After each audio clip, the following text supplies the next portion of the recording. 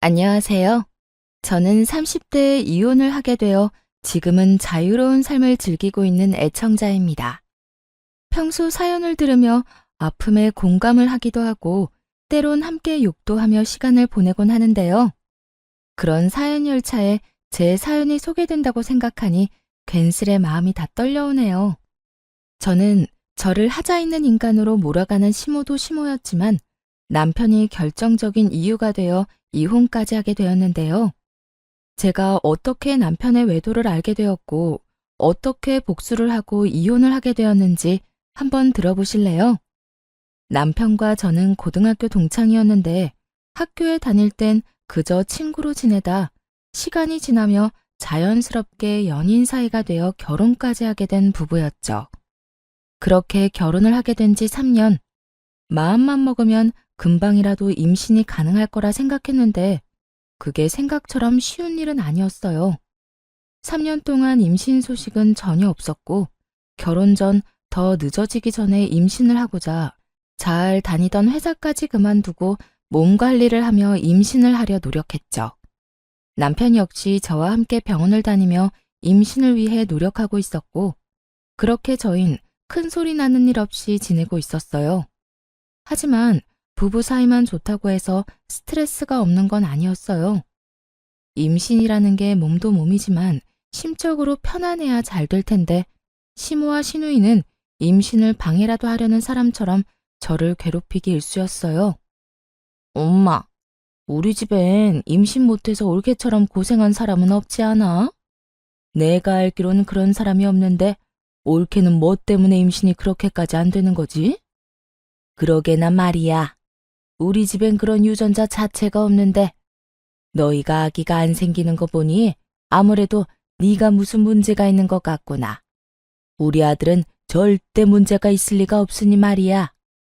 친정 역시 임신 때문에 고생한 사람이 없는데 저딴 식으로 말하니 기분이 나쁜 건 당연했어요. 거기에다 병원에서 검사받은 결과 남편뿐 아니라 저 역시 아무 문제가 없었고 그런 사실을 두 사람에게 여러 번 강조해서 말해주었는데도 불구하고 저런 말을 계속하니 정말 스트레스가 이만저만이 아니었어요. 제가 여러 번 말씀드렸잖아요. 병원에선 저희 몸엔 아무런 문제가 없다고 했다니까요. 그러니까 그런 말은 좀 하지 말아주세요. 저도 그런 말 들을 때마다 정말 스트레스가 이만저만이 아니라고요. 그런데 왜 그렇게까지 임신 안 되니? 혹시 병원이 이상한 거 아니니? 그 병원에서 검사를 잘못한 게 틀림없다. 암? 너희 더 늦기 전에 병원을 옮겨봐. 괜히 돌팔이 병원에서 돈이랑 시간 낭비하지 말고. 그래, 옳게. 엄마 말 무시하지 말고 새겨들어. 내 생각에도 그 병원 돌팔이 같으니까 말이야. 두 사람은 꼭 저에게 문제가 있기라도 바라는 사람들처럼 몰아갔고 더는 설명하고 이해시키는 것도 입이 아파 포기를 해버렸죠. 그런데 그것이 끝이 아니었어요.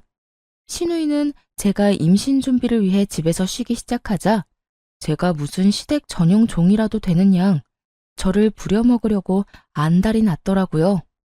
시집을 가지 않았던 시누이는 독립도 하지 않고 여전히 시댁에 살고 있었는데 나이 차이는 고작 1살밖에 나지 않는데 하는 짓은 시모 저리 가라였어요. 어찌나 표독스럽게도 저를 부려먹으려 안달인지 있던 애도 떨어질 판국이었죠. 옳게. 지금 우리 집으로 빨리 좀 와봐. 얼른. 지금 당장? 정말 너무 급해서 그래. 처음엔 이런 연락을 받고 정말 큰일이라도 난 것이라 생각해 헐레벌떡 시댁으로 뛰어갔었어요.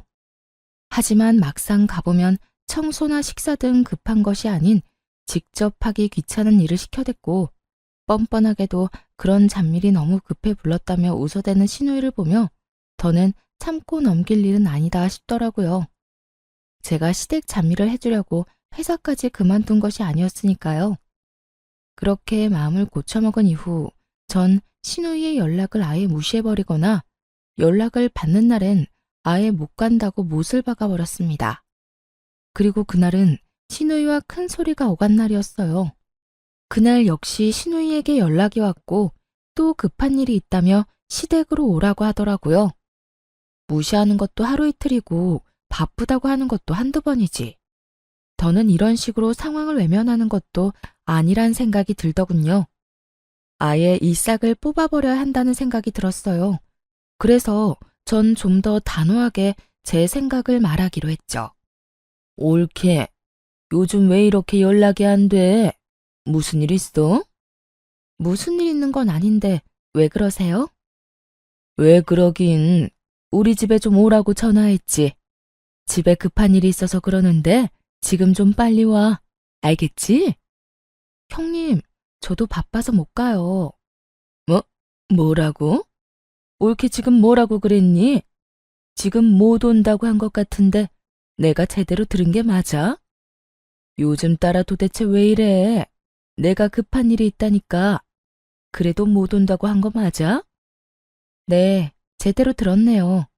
형님, 말이 나왔으니까 하는 말인데 제가 회사를 쉬고 있다고 해도 저도 사생활이 있는데 어떻게 형님이 부를 때만 기다리고 있겠어요? 저도 오늘은 바빠서 못 가니까 급한 일은 알아서 해결하세요. 신우이는 못 간다는 제 말에 화가 났는지 막말을 하기 시작하더라고요. 아니, 평소 신우이의 개념이 얼마나 수준 이하인지를 적나라하게 나타내는 말들을 서슴없이 해대고 있었죠. 옳게. 진짜 이런 식으로 나올 거야? 집에서 내 동생 돈이나 쓰면서 노는 주제에 바쁘긴 뭐가 바빠? 그냥 시댁 오기 싫어서 거짓말하는 거 누가 모를 줄 알아? 그리고 시댁 식구가 오라고 하면 오고 가라고 하면 가는 게 며느리로서 당연히 해야 하는 도리인 거 몰라? 이런 말까지 듣고 나니 저만 웃는 얼굴로 대할 필요는 없다는 생각이 들더라고요. 거짓말은 형님이 먼저 했죠. 바쁘다고 그날리를 피워서 급하게 가보면 청소해라, 밥해라 등등. 그리고 형님, 같은 여자로서 그런 식으로 하고 싶으세요? 며느리로서 도리 중엔 그런 건 듣도 보도 못했네요, 저는. 제발 적당히 좀 하세요. 저요, 임신하려고 회사 그만둔 거지 그런 일이나 하려고 회사 그만둔 거 아니라고요. 그러니까 앞으로 급하다는 핑계 대면서 저 시댁으로 부르지 마세요. 저는 그대로 전화를 끊어버렸고 내심 이렇게까지 싫은 티를 내고 이렇게까지 말하면 더는 저를 괴롭힐 일이 없을 거라 생각했죠. 하지만 신우이는 더 날뛰기 시작하더라고요. 그날 이후 저를 부르는 대신 저희 집으로 찾아와 집을 엉망으로 만들고 간다거나 이상한 트집을 잡아대더군요. 그래서 제가 집으로도 못 오게 했더니 시모를 앞세우기 시작하더라고요. 그날은 시누이뿐 아니라 시모까지 함께 집으로 온 날이었는데 마침 장봐놓은 것이 없어 마땅히 먹을 것이 없는 상태였죠. 자연스럽게 냉장고부터 열어보던 시모와 시누이는 텅 빈 냉장고를 보고 작정한 듯 잔소리를 하기 시작했어요. 넌 집에서 쉬는 애가 이게 뭐니 이게? 너희 집에서 밥은 해먹고 사니? 나가서 뼈 빠지게 일하는 우리 아들 끼니는 제때 해주는 거 맞아? 그러니까 옳게 이건 아니지. 어떻게 냉장고에 죄다 풀떼기에다가 마실 거 반찬 몇 개밖에 없어? 우리 아들은 고기 좋아하는데 고기 같은 건 없어? 고기는 떨어지는 일 없이 늘 넉넉히 사다 놓거라. 우리 아들이 먹고 싶으면 언제든 먹을 수 있게 말이야. 시모와 시누이는 사이좋게 말을 주고받으며 저에게 잔소리를 해대고 있었고 저는 입을 떼서 무얼 하나 싶은 마음에 아무 말도 하지 않고 있었어요. 제가 무엇라 한다고 한들 제 말을 들을 사람들도 아니고 괜히 잘못 대답을 했다가 그렇지 않아도 긴 잔소리가 더욱 길어질 거라 확신했기 때문이죠. 그렇게 한참을 시모와 장단 맞춰 잔소리를 하던 시누이는 배가 고프다며 휴대전화를 뒤적인다 싶더니 배달을 시키더라고요. 아유, 옳게 내에 와서 밥이나 먹을까 했는데 이게 뭐야? 엄마는 배 안 고파? 난 지금 배가 너무 고프단 말이야. 안 되겠다. 간단하게 요기나 하게 참치회나 시켜서 먹어야 하겠어. 언제부터 참치회가 간단한 요깃거리 음식이 되었는지는 몰라도 신우이는 참치회를 시킨다고 하며 음식을 주문했고 얼마 지나지 않자 음식이 도착했어요. 얼마나 많이 시킨 것인지 배달 오신 분의 양손 가득 음식이 들어서고 있었죠. 음식의 양도 당황스러운데 더 황당한 말이 신우이의 입에서 나오고 있더라고요. 어머, 지갑이 없네? 어떻게 하지? 올케, 카드 있지? 올케가 계산 좀 해. 잘 먹을게. 고마워. 그렇습니다. 신우이는 10만 원이 훌쩍 넘는 음식값을 바로 계산하지 않고 만나서 카드 결제 상태로 주문했더라고요. 당연히 카드도 현금도 전혀 가지고 있지 않은 채 말이죠. 제가 초대한 사람이라면 당연하게 제가 계산하는 것이 맞겠지만 제가 초대한 적도 없고 입에 들어가는 밥 한 톨도 다시 빼앗고 싶을 만큼 얄미운 시모와 시누이를 위해 그런 돈을 갑자기 쓰게 되니 너무 짜증이 나더군요. 그렇다고 해서 계산을 하지 않을 수 있는 상황도 아니었고 저는 하는 수 없이 계산을 하게 되었죠.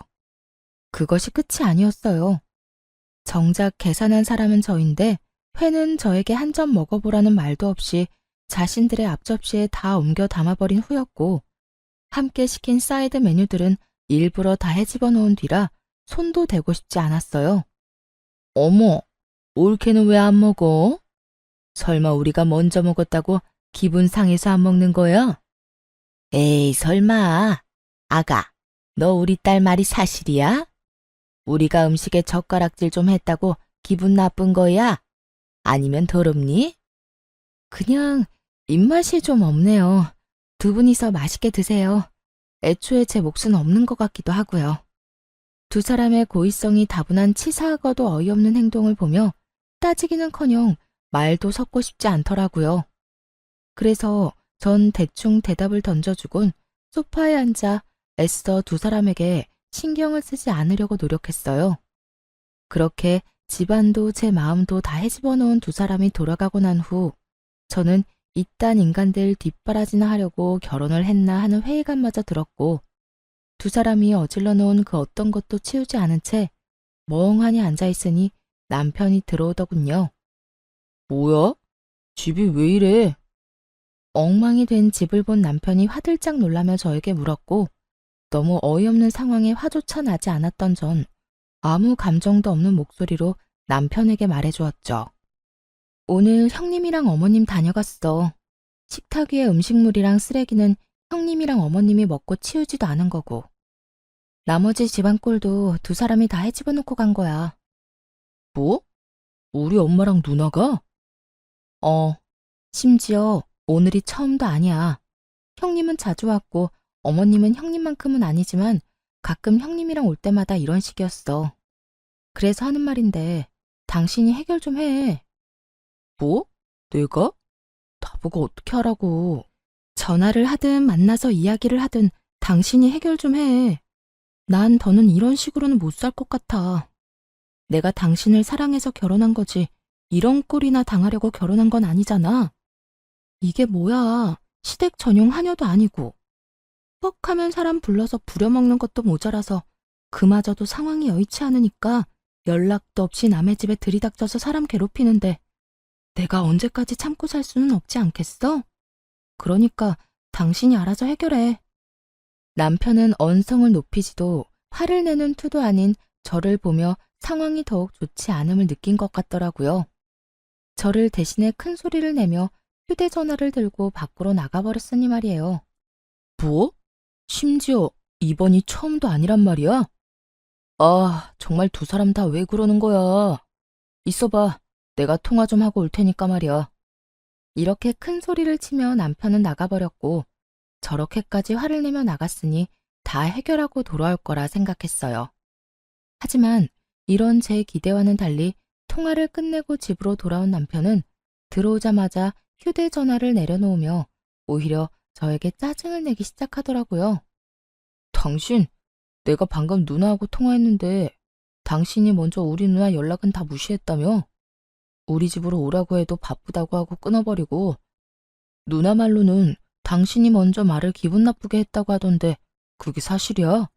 신우이는 사건의 시작이 어떻게 된 것인지는 쏙 빼먹고 딱 제가 본인에게 한 말과 행동만을 남편에게 전달했더라고요. 잘못은 시모와 신우이가 한 것인데 남편에게 짜증을 내는 것은 아니란 생각에 지금껏 참아왔는데 남편이 그 성의 없는 말투에 참아왔던 화가 끌어넘치더군요. 형님이 그래? 내가 먼저 연락도 무시하고 집으로 오라고 해도 가지도 않았다고? 내가 왜 그랬을 것 같아? 당신은 날 그렇게도 몰라? 내가 이유도 없이 그랬을 사람으로 보이냐고.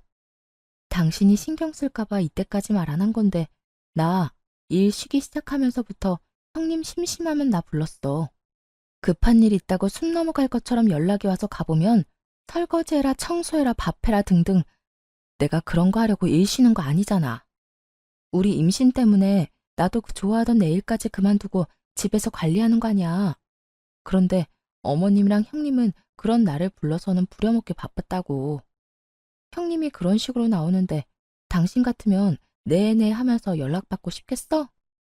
저는 고함을 지르며 따져 물었고 남편은 제 말에 잠시 움찔하는가 싶더니 생각이란 없는 인간처럼 시댁 편을 들기 시작하더군요.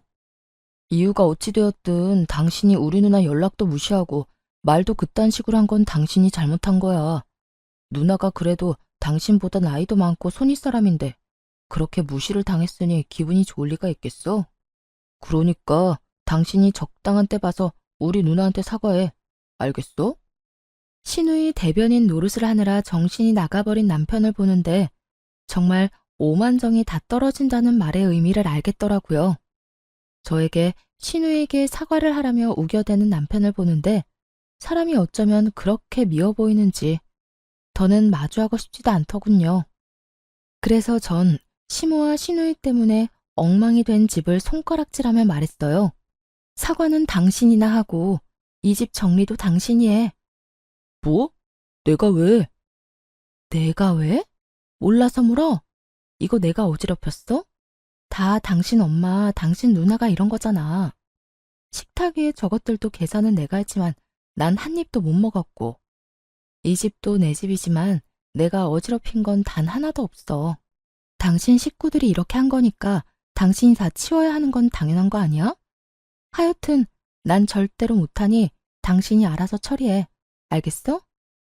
그렇게 저는 그대로 방으로 들어와 버렸고 밖에서 구시렁거리는 소리와 함께 치우는 소리가 들려오더군요. 그날 남편은 본인이 치운 거실에서 잠을 잤고 그렇게 저희의 사이는 점점 멀어지고 있었어요. 그때쯤부터 남편은 집에서 말도 거의 하지 않기 시작했고 전형적인 바람난 남자의 절차를 밟기 시작하더군요. 그런 남편의 모습을 보며 저는 수상하다고 생각했고 그런 생각이 짙어지던 찰나 고등학교 동창인 여자친구에게 전화가 오더라고요. 이 친구 역시 저와 똑같이 같은 고등학교 남자친구와 결혼을 한 친구였는데 할 말이 있다며 망설이는 것이 보통 일은 아니겠구나 싶더군요. 한참을 망설이던 친구의 입에서 나온 이야기는 제 예상을 훨씬 뛰어넘는 이야기였어요. 며칠 전에 남자애들끼리 동창회한 건 알고 있어? 우리 남편도 다녀왔는데 글쎄, 그 자리에 네 남편이 여자친구라면서 어떤 여자를 데리고 왔다더라? 그 인간 진짜 미친 거 아니니?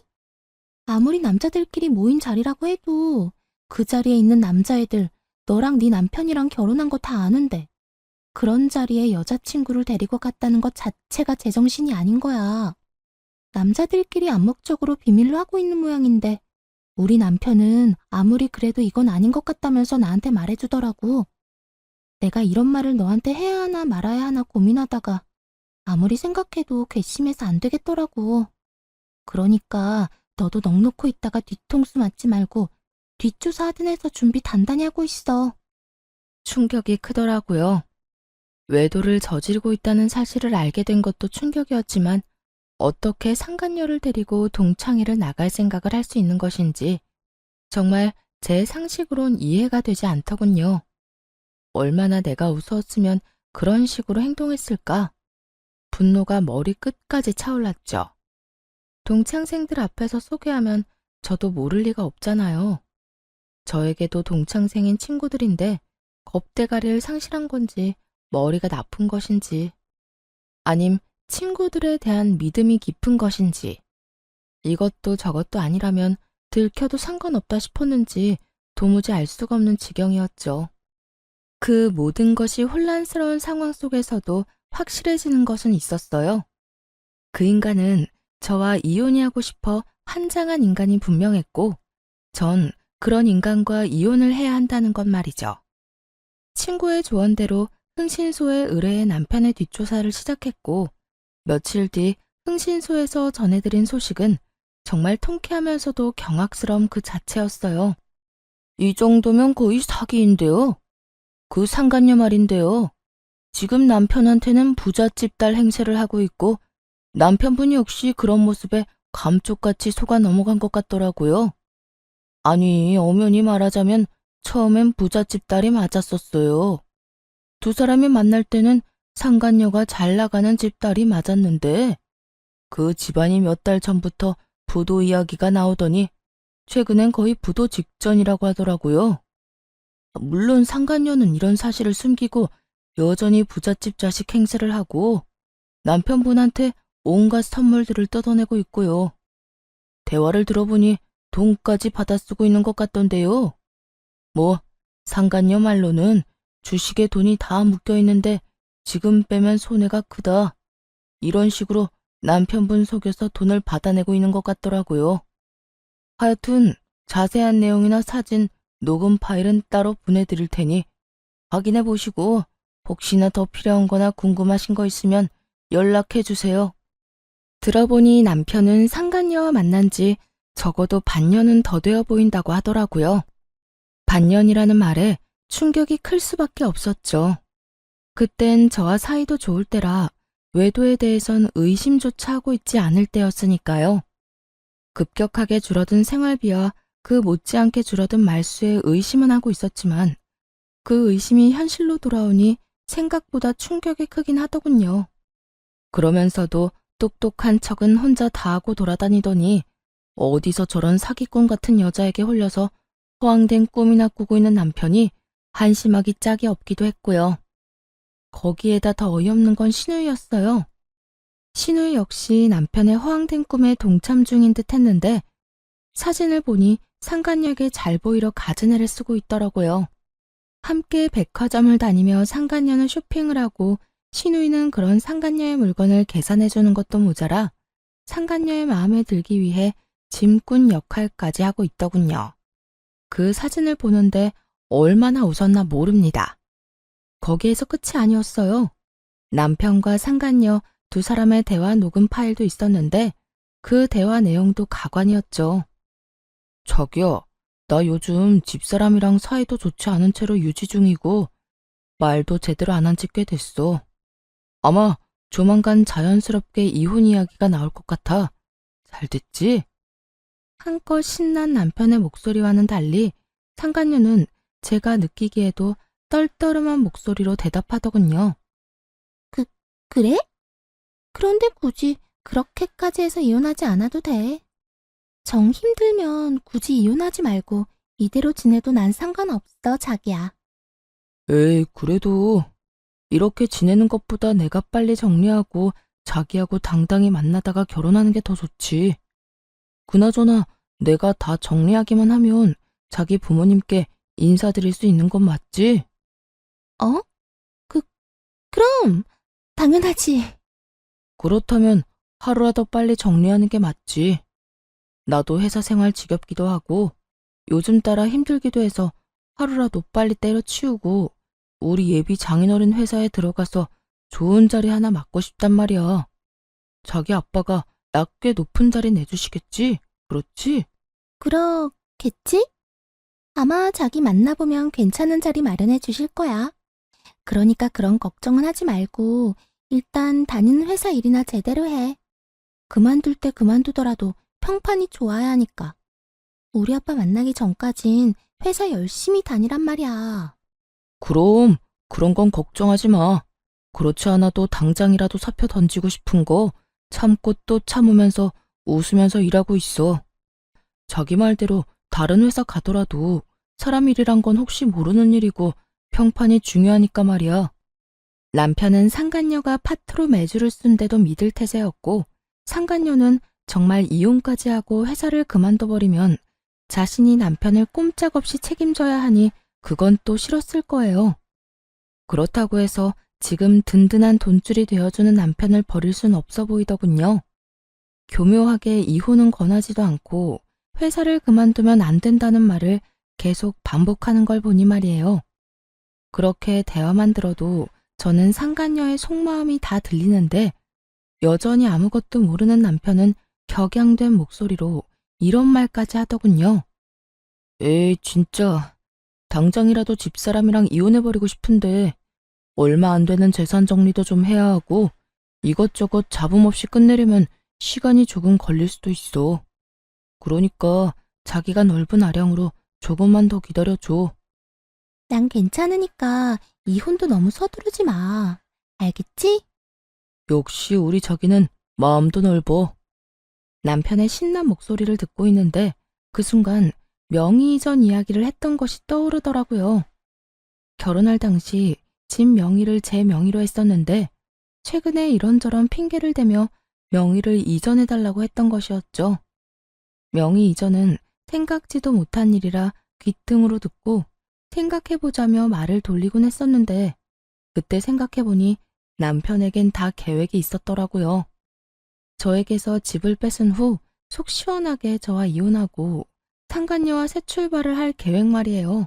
그렇게 남편의 추악한 계획과 시누이와의 관계까지 모두 알게 된 저는 이혼 전문 변호사분을 만나 이혼을 준비하기 시작했고 이런 사실을 꿈에도 알지 못하는 남편과 시누이는 상간녀에게 잘 보이려 있는 돈 없는 돈 모두를 다 끌어다 쓰고 있더군요.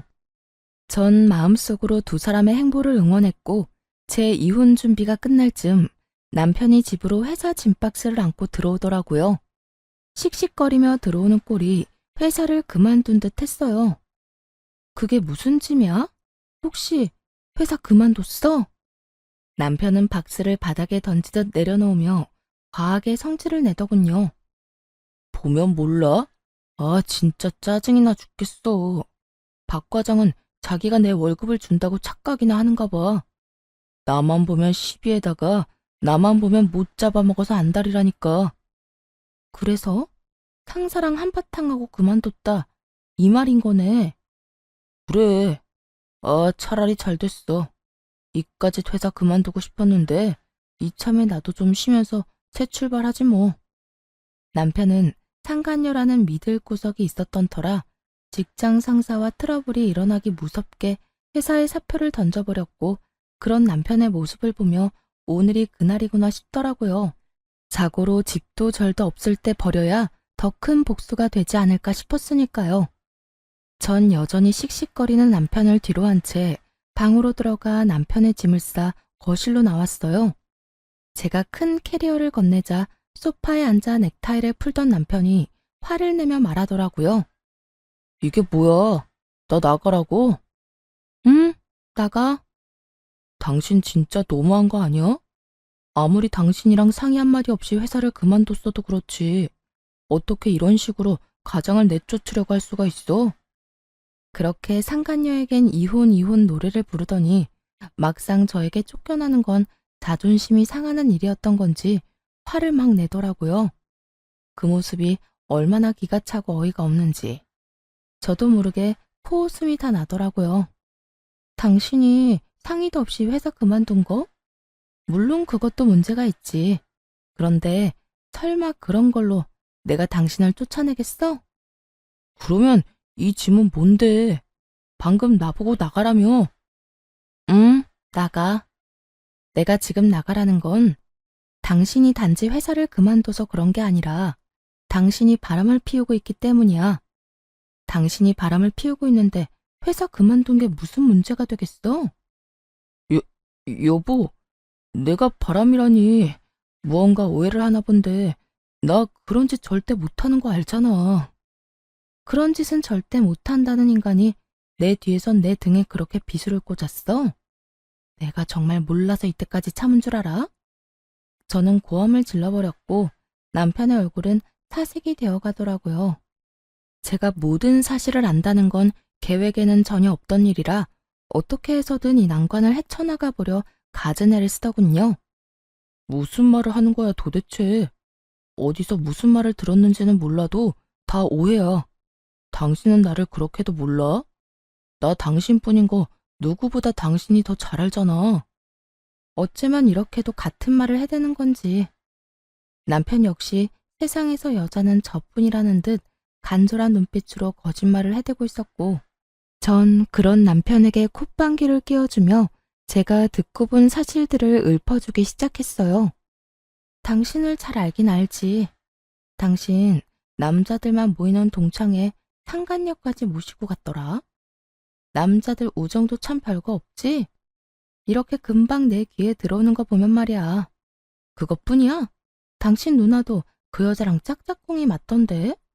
백두기도 아니고 이 백화점 저 백화점 다니면서 돈을 물 쓰듯이 쓰던데? 당신이 그걸 어떻게... 누가 다 말한 거야? 당신 혹시 내 뒷조사했어?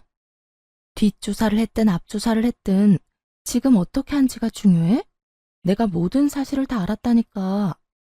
당신이 지금 부잣집 여자랑 적어도 6개월 전부터 만나왔단 거, 그 부잣집 여자한테 눈이 멀어서 나하고 어떻게 하면 이혼을 잘할 수 있을까 머리 굴리고 있는 거, 심지어 바람까지 피운 주제에 꼴랑 하나 있는 이 집도 나한테서 뺏어가려고 명의까지 가져가려고 했던 것까지 말이야. 참 대단하다 대단해. 그래도 우리가 연애부터 시작해서 결혼 생활까지 몇 년인데 나한테 이 집 넘겨주는 게 그렇게 아까웠니? 하물며 이 집 살 때 내 돈이 더 많이 들어갔는데. 남편은 제 말에 더는 할 말이 없는지 제 눈치를 살피다 깊은 한숨을 길게 내쉬더라고요. 그리고는 이내 지금까지 보였던 눈빛과는 전혀 다른 눈초리로 절 보며 이렇게 말하더군요. 그래, 아까웠다 아까웠어. 당신 돈이 얼마나 많이 들어갔든 어쨌든 내 돈도 들어갔고 집값도 그만큼 올랐는데 안 아깝겠어? 그래서 어떻게 해서든 명의 내 명의로 옮겨오고 자연스럽게 이혼하려고 했었다. 그게 그렇게 잘못한 일이야? 사람이라면 전부 자기 이득부터 따지기 마련이야. 나도 자연의 이치에 따라 내 이득 좀 따지겠다는데 그게 왜? 남편은 무엇이 잘못된 것인지 전혀 알지 못하는 눈치였어요. 애초에 저와 남편의 사이에서 제일 큰 문제는 남편이 저를 배신하고 다른 여자를 만났다는 것인데, 그것에 대한 언급은 단 한마디도 없이 오로지 집 이야기, 이득 이야기만 한 걸 보니 말이에요. 당신 머릿속엔 지금 돈밖에 없어? 오로지 이득, 돈, 재산 이런 거밖에 없냐고. 당신 이득 따지는 거 가지고 내가 이래? 지금 우리 사이의 문제는 당신이 나하고 검은 머리가 팥뿌리가 될 때까지 잘 살아보자던 약속을 어기고 다른 여자한테 홀려서 나를 버리겠다는 계획을 세운 게 문제라는 거야. 당신이 날 배신했다는 게 문제라고. 검은 머리 팥뿌리가 될 때까지 잘 살아보자. 요즘 세상에 그걸 지키고 사는 부부가 몇이나 된다고 이래? 다들 밖에서 마음 맞는 이성 친구 한두 명씩은 두고 스트레스도 풀고 그러고 산다고. 그걸 보고 버렸다, 배신이다, 그러면 안 되지. 다 순리대로 지내다 보니 어쩔 수 없이 일어난 일들이라고. 뭐? 순리? 언제부터 불륜이 당연한 흐름이 되었니? 네가 사는 세상이 어떤 세상인지는 모르겠지만 내가 사는 세상엔 불륜은 당연한 게 아니거든? 당신 어쩌다 인간이 이렇게까지 변했어? 어쩌다 인간이 이렇게까지 파렴치한이 됐냔 말이야. 지금 그런 게 중요해? 아, 다 됐고 당신도 나한테 더는 미련 없지? 나도 당신한테 감정 사라진 지 오래야. 이 빌어먹을 집 때문에 당신이랑 계속 살았던 거지 당신한테 마음이 있어서 같이 살았던 게 아니라고. 차라리 잘 됐지 뭐. 이딴 집 당신이나 가지고 일도 이렇게 다 틀어진 김에 이혼이나 빨리 하자.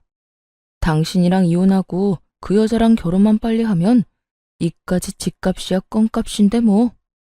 상간녀의 집이 쫄딱 망한 것은 꿈에도 모르는 남편은 기고만장한 얼굴로 저에게 집이나 먹고 떨어지라며 집을 나가버리더군요.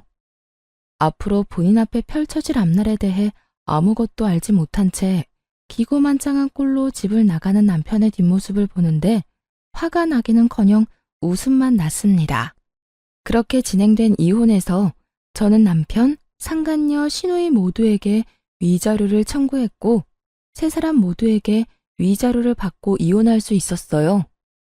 이혼하는 그 순간까지 상간녀는 부잣집 딸 연기를 하고 있었는데 저에게 주어야 하는 위자료 역시 전 남편에게 받아내고 있더라고요.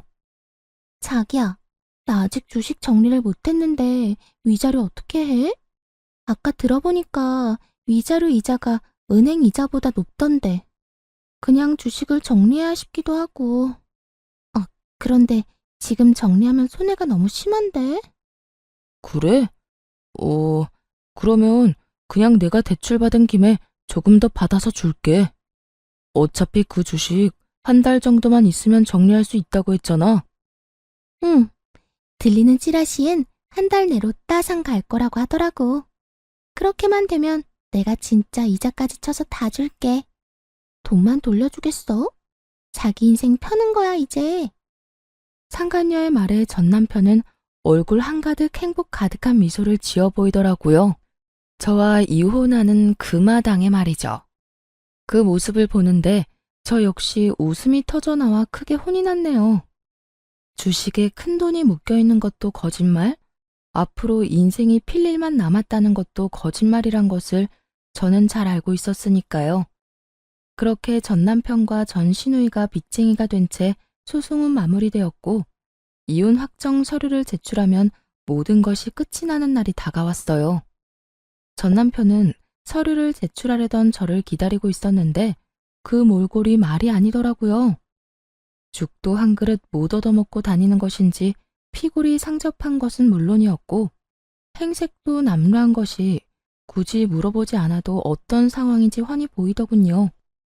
제가 전 남편을 발견한 직후 전 남편 역시 저를 발견했는지 다짜고짜 저에게 달려와 무릎을 꿇고 빌기 시작하더군요.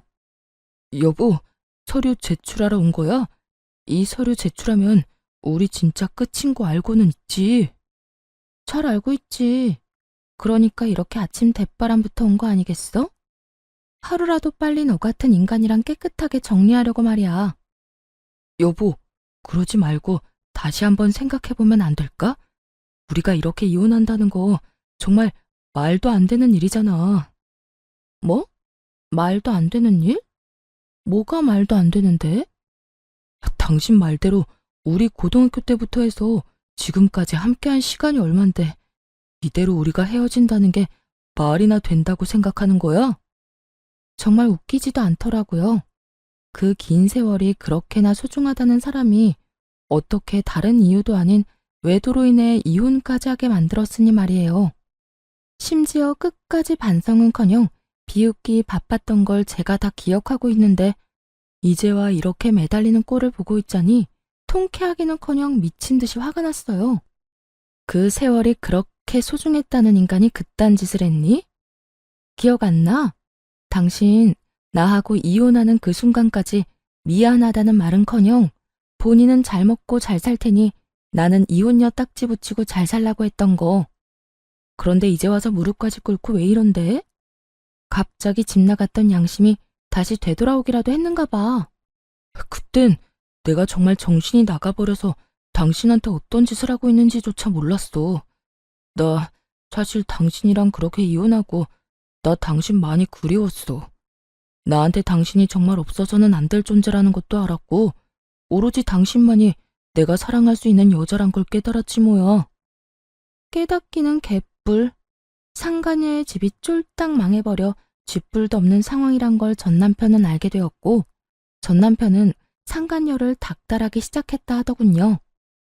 손해볼 것이 하나 없는 상간녀는 헤어지자는 말과 동시에 받았던 돈은 한 푼도 갚지 않고 도망을 가버렸다는 소문을 이미 다 전해들어 알고 있는 상태였죠. 그러니까 전 남편은 저에 대한 사랑이 그리운 것이 아니라 거짓골이 된 자신이 아쉬워서 저에게 매달리는 것임을 저는 누구보다 잘 아는 상태였죠. 참, 거짓말도 정성껏 잘한다. 야, 내가 너 바람난 것도 다 알고 있었는데 네가 지금 왜 이러는지 모를 줄 알아? 혹시 당신도 내 소식 다 들은 거야? 당신도 다 아는 것 같으니까 솔직하게 말할게. 그 여자 알고 보니까 회사 부도가 났었더라고. 그 사실을 나한테는 감쪽같이 속이고 주식 핑계대면서 나한테 돈 뜯어가고 있었고. 정말 너무하지 않냐? 어떻게 날 속일 수가 있어? 어쩐지 내가 당신하고 이혼한다고 할 때마다 반응이 시원치 않더라니. 하여튼 내가 이혼하고 위자료 내느라 빚쟁이 되고 우리 누나도 당신한테 위자료 주느라 빚쟁이 되니까 더는 뜯어먹을 거 없다 싶었는지 도망갔어. 내 돈, 누나 돈은 한 푼도 안 주고 말이야. 우리 집 지금 난리야. 나 회사도 그만두고 취업도 안 돼서 대출금 갚을 돈이 없어서 엄마 집까지 팔아 대출금 갚아야 하는 신세라고. 어쩌다 내 신세가 이렇게까지 된 건지. 전 남편은 눈물까지 짜내며 하소연을 하고 있었고 전 궁금하지도 않은 이야기를 듣고 있자니 하품이 다 날 지경이었어요. 그걸 몰라서 물어? 남의 가슴에 대못 박아놓고선 너는 평생 떵떵거리면서 행복하게 살 수 있을 거라 생각했어? 남의 눈에 눈물 나게 하면 네 눈엔 피눈물 나는 법이야. 그래서 할 말은 다 했니? 그 하품이 나오게 지겨운 하소연은 다 해댔냐고. 전 남편은 자신이 이렇게 눈물까지 쏟아내며 말하면 저 역시 눈물이라도 흘릴 거라 생각했는지 제 반응에 크게 당황하며 다시 울고불고 빌기 시작하더라고요. 여보, 그렇게 냉정하게 굴지 말고 예정을 생각해서라도 나 다시 받아주면 안 될까? 예정? 너한테는 그런 게 남아있는지 몰라도 난 그런 감정 따위 남은 게 없거든? 그리고 정이 남아있다고 한들 내가 미쳤어? 너부터 시작해서 줄줄이 빚쟁이인 네 집안일이랑 다시 엮이게. 넌 내가 진짜 만만하구나. 만만한 게 아니라 당신이 날 금전적으로 조금만 도와주면 이까짓 어려움은 금방 이겨낼 자신이 있어서 그래. 당신 지금 여유 자금 꽤 있을 거 아니야. 나하고 그 여자 우리 누나한테 받은 위자료. 설마 다 쓴 건 아니지. 그 돈을 벌써 다 썼을 리는 없잖아. 그렇지? 이때껏 꼴꼴 감춰두었던 전 남편의 추악한 속내가 드러나고 울고불고하며 제 바짓가랑이를 붙잡고 있는 전 남편의 손을 뿌리쳐버렸어요. 이거 나 소름 끼치니까. 야, 너 진짜 큰 착각하는가 본데 그 돈 너한테 쓸 생각 전혀 없어. 그러니까 남의 돈에 군침 그만 흘려. 여보, 그러지 말고 나 진짜 당신이 조금만 도와주면 금방 일어설 수 있다니까. 많이 바라는 것도 아니라고. 그냥 받은 위자료의 절반 정도만, 아니 그것보다 적은 금액이라도 되니까 조금만 도와주라. 응? 상간녀를 상대로 헛된 꿈을 꾸던 전 남편은 이젠 저를 상대로 헛된 꿈을 꾸는 듯 했어요. 자신이 저딴 식으로 눈물 콧물 흘리며 매달리면 제가 당연히 받아줄 거라 생각하는 듯 했으니까요. 정말 착각은 자유라고들 하지만 이 정도 현실 가능성이 없는 착각에 저를 끌어들인다는 사실 자체가 기분이 슬슬 나빠져 오더군요. 야, 그 말도 안 되는 착각에 날 끌어들이지 말아줄래? 그 꿈 같은 계획은 잠잘 때나 꾸고 현실에선 네가 한 짓에 대한 벌 제대로 받아. 알겠어? 여보, 여보 제발. 나 진짜 큰일 나. 한 번만 받아주라. 제발. 이거 나 한 번만 더 내 몸에 손대잖아? 나 진짜 그대로 경찰에 신고해버릴 거야. 나 알지? 한다면 한다는 사람인 거. 그러니까 이상한 짓 그 정도만 하고 이럴 시간에 일자리나 알아봐. 돈은 자기 손으로 벌 생각을 해야지 남의 재산 탐내다가 그 모양 굿꼴이 돼놓고도 아직도 정신을 못 차렸어? 네 일은 네가 알아서 해결해. 전 그대로 전 남편을 뿌리쳐버리곤 서류를 제출해버렸고 그렇게 지긋지긋한 인연이 끝났습니다. 그 후 전 집도 옮기고 회사도 옮겨버린 후 잘 지내고 있습니다. 한동안 전 남편과 전 시댁 식구들이 계속 연락을 해와 귀찮은 일이 있긴 했지만 차단 깔끔하게 했더니 요즘엔 연 끊겨버린 지 꽤 되었어요. 새로운 회사에서 일하기 시작한 지 1년이란 세월이 지났고 이제 적응도 되어 아주 만족스러운 삶을 살고 있어요.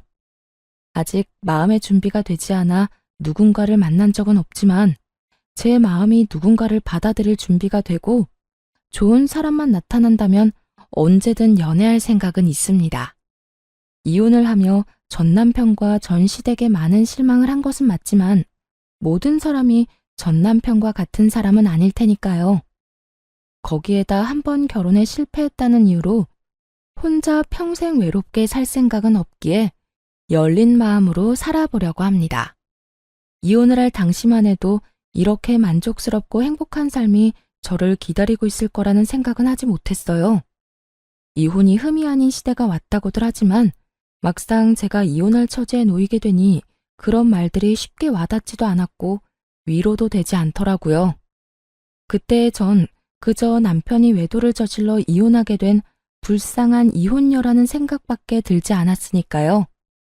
하지만 독하게 마음을 먹고 이혼을 하고 나니 저에겐 새로운 인생이 저를 기다리고 있더라고요.